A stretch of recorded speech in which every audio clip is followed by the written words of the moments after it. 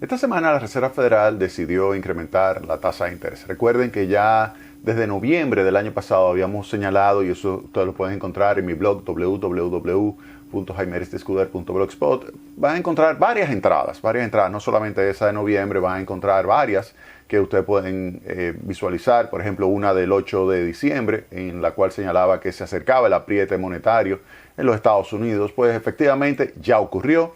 La Reserva Federal decidió incrementar en un cuarto de punto porcentual, es decir, en 25 puntos básicos, la tasa de interés de referencia. ¿Y por qué hizo esto? Porque la tasa de inflación ya estaba llegando a niveles que comienza a preocupar y a molestar a los agentes económicos estadounidenses. Es decir, ya por los incrementos de precios de los combustibles, de los alimentos, de los automóviles, de la vivienda, de todos esos bienes que se adquieren regularmente y que forman parte del índice de precio del consumidor, debido a ese incremento tan significativo que lleva la inflación a ser la mayor desde 1982 en los Estados Unidos.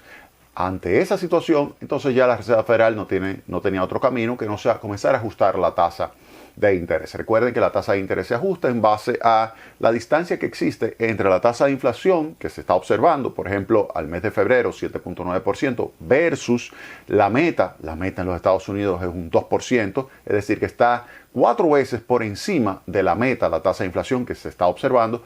Ante eso, entonces, pues no hay de otra que no sea incrementar la tasa de interés. La tasa de interés se incrementó y eso se va a mover en el resto o se va a transmitir al resto de la economía, es lo que se llama el mecanismo de transmisión, mediante un aumento de la tasa de interés activa, de la tasa de interés pasiva, y el objetivo es reducir la demanda, quitarle presión a lo que existe entre oferta y demanda, que es un desequilibrio, y quitándole presión a ese desequilibrio entre oferta y demanda, pues se le quita presión a los precios. Se le quita presión a los precios significa pues una reducción de la tasa de inflación. Eso es lo que está buscando la Reserva Federal, pero obviamente no va a ser solamente un incremento de un cuarto de punto porcentual, porque recuerden que la tasa de interés de política monetaria en los Estados Unidos estaba entre 0 y 0.25%, es decir, que ahora va a estar entre 0.25 y 0.5%, pero la tasa de inflación es 7.9% y la meta es 2%, es decir, que definitivamente hay una gran brecha entre la tasa de interés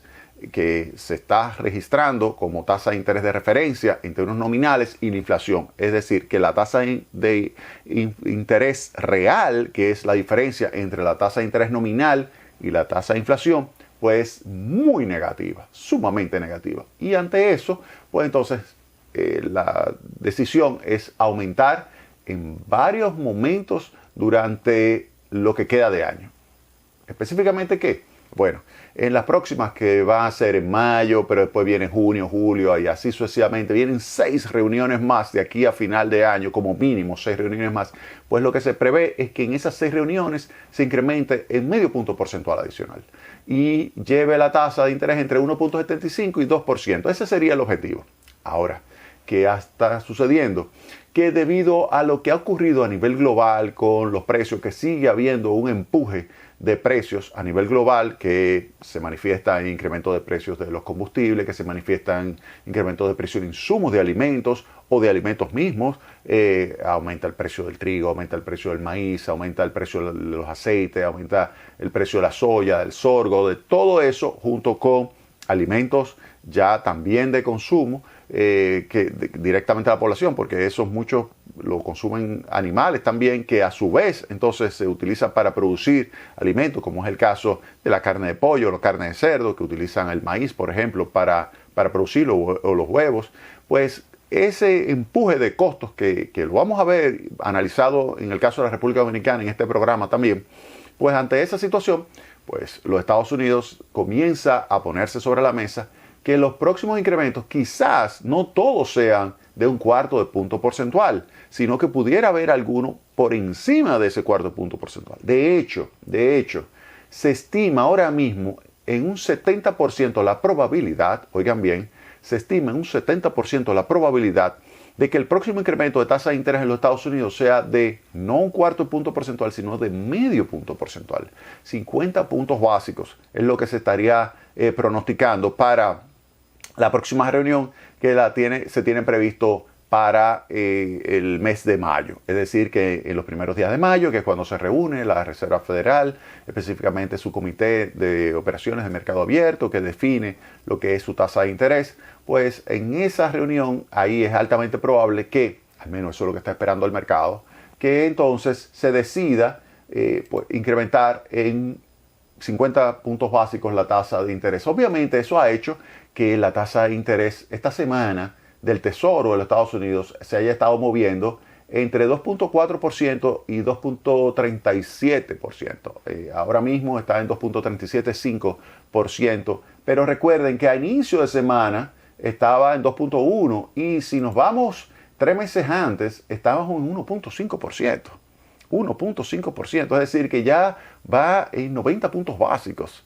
En casi un punto porcentual estamos hablando de que se ha incrementado la tasa de interés del Tesoro a la tasa de interés del Tesoro, de los títulos del Tesoro a 10 años de los Estados Unidos, casi en 100 puntos básicos. Y eso se debe al hecho de que se está pronosticando nuevos y más fuertes incrementos de tasas de interés por parte de la Reserva Federal. Ahora, lo más importante de todo es mantener la expectativa de inflación bajo control. Eso es lo fundamental.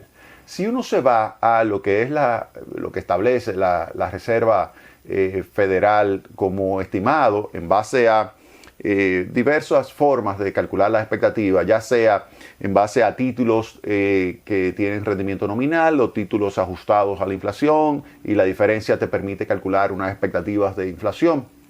Si se calcula esto, nos damos cuenta de que la expectativa ha subido, la expectativa de inflación está por encima del 2%, pero está todavía muy lejos de lo que se ha estado observando de tasa de inflación, que es 7.9%. Porque una cosa es lo que usted observa, es decir, la inflación al mes de febrero, 7.9% calculada, comparando el IPC a febrero versus el IPC, el índice de precio del consumidor, a febrero del año pasado. Ahí usted tiene 7.9. Ahora, la otra cosa es ver hacia futuro cuál es la expectativa de tasa de inflación en los Estados Unidos. Y usted verá que ahí va a estar entre 2 y 3%. La expectativa de inflación en los Estados Unidos. ¿Qué le está diciendo eso? Que aun cuando usted está registrándose ahora mismo y observando una tasa de inflación muchísimo más elevada, una tasa de inflación muchísimo más elevada que la meta, que es el 2%, en realidad lo que se está esperando es que luego converja a lo que va a ser esa meta del 2%. Ahora, ¿en qué tiempo? Puede ser 12 meses, puede ser 18 meses, es decir, durante el horizonte de política. Lo que sí es importante es que terminará convergiendo. Ahora, ¿cuánto tiempo va a tomar? Va a depender de la política monetaria que se ejecute. Si la política monetaria es una política monetaria, y esto usted lo puede encontrar en mi blog, puede encontrarlo en www.jaimerisescuder.blogspot.com. Usted puede encontrar ahí una entrada con relación a la política monetaria en los Estados Unidos y también con relación a la expectativa de inflación. De hecho, le voy a poner un link para que ustedes puedan ver la trayectoria de esa expectativa de inflación, hacia dónde se espera que converjan la tasa de inflación en los Estados Unidos. Y usted verá que no se prevé que se quede esa inflación en 7.9%. Es decir, toda esta turbulencia, estos choques de oferta, estas perturbaciones que se están registrando por el lado de los costos, es lógico que impacte la inflación actual, pero luego terminará disminuyendo, cediendo esas presiones. La demanda ya entonces entrará en una situación donde se va a equilibrar con la oferta y va ese proceso de equilibrio entre oferta y demanda a permitir que la variación de precios no sea tan ya significativa y que comience a converger hacia la tasa de inflación de largo plazo o la meta. Ahora, ¿cuál sería la tasa de interés de la Reserva Federal? Miren, se prevé que para final de este año va a estar entre 1.75 y 2%, es decir, 1.875. Eso es lo que es más previsible.